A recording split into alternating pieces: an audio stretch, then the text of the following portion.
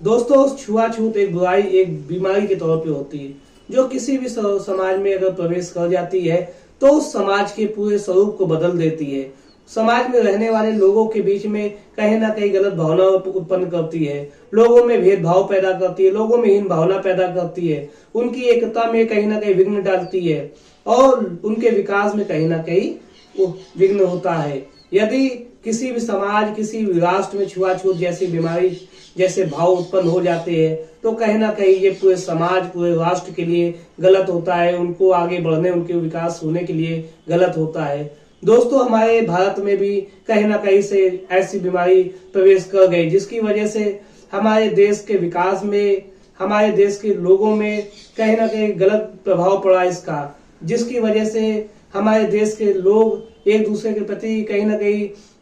हीन भावना रखने लगे, लोगों को एक दूसरे को नीचा दिखाने का एक ना कहीं एक साधन मिल गया ये।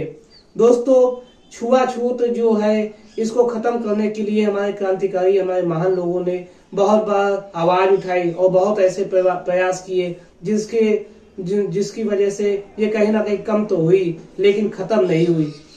हमारा देश जब आजाद हुआ तो आजादी के बाद भारतीय संविधान में इसी बीमारी को खत्म करने के लिए आर्टिकल 17 को जोड़ा गया। आर्टिकल 17 में बताया गया कि कोई भी व्यक्ति किसी भी व्यक्ति की से छुआछूत जो उसकी जाति के विषय में होगा, जो उसके काम के विषय में होगा, यदि इस प्रकार के जिसमें ऐसे व्यक्ति के व्यक्तित्व को गिराने की बात होगी और उसको नीचा दिखाने की बात होगी, यदि कोई करता है तो उसको सजा का प्रावधान किया गया। आर्टिकल 17 और आर्टिकल 35 के माध्यम से संसद को ताकत मिली कि वह इसके खिलाफ कानून बना सके। संसद ने 1955 में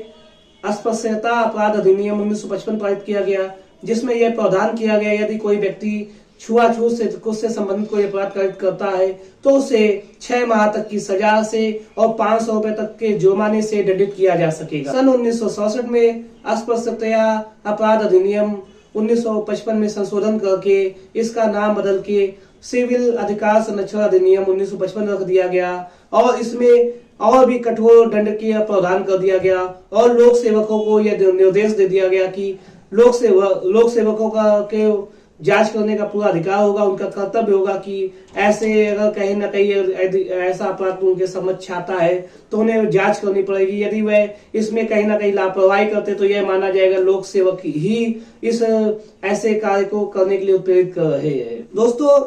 एक वाद People's Union for Democratic Rights बनाम भारत संघ में यह कहा गया कि कोई प्राइवेट व्यक्ति भी यदि इस प्रकार का अपराध कारित करता है तो उसे भी सजा दी जाएगी। दोस्तों, आज की वीडियो के माध्यम से हम संविधान के आर्टिकल 17 को समझे, किस प्रकार से आर्टिकल 17 छुआछूत जैसी बीमारी को खत्म करने का प्रयास करता है। यदि कोई व्यक्ति इस प्रकार के कार्य करता है तो उसे दंडित करने का भी कार्य आर्टिकल 17 करता है और संसद को कानून बनाने का अधिकार भी आर्टिकल 35 के माध्यम से आर्टिकल 17 देता है। दोस्तों, यदि आपको यह वीडियो अच्छा लगा तो मेरे चैनल को सब्सक्राइब कीजिए, वीडियो को लाइक कीजिए और बेल आइकन प्रेस कीजिए जिससे मैं आगे की वीडियो की नोटिफिकेशन आप तक आसानी से पहुंचा सकूं। मेरे वीडियो से जुड़ने के लिए बहुत बहुत धन्यवाद।